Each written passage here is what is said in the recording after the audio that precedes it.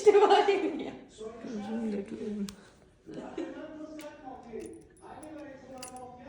Muhtemelen maman içsin ba.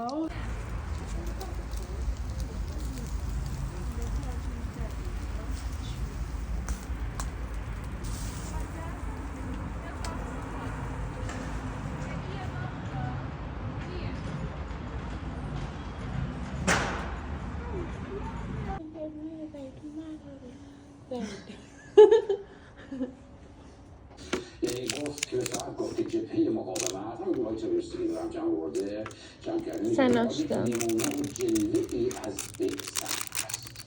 چه تصویره؟ ای به تصویره نبونه نمیده اونا تصویر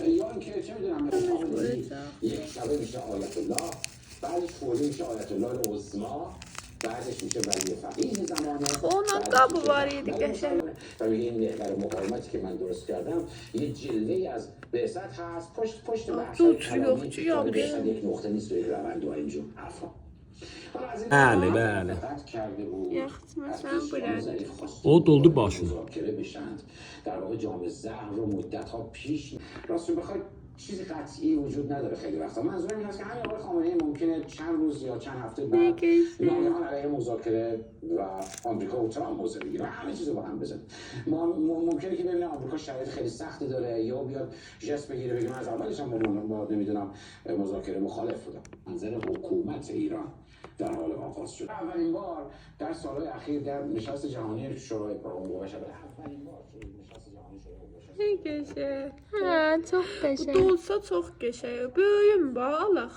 Ha, böyün Allah. Tablo Qəşəng adam geyimidir. nəsə eləyir. Tar bizdən betər asır. وفادار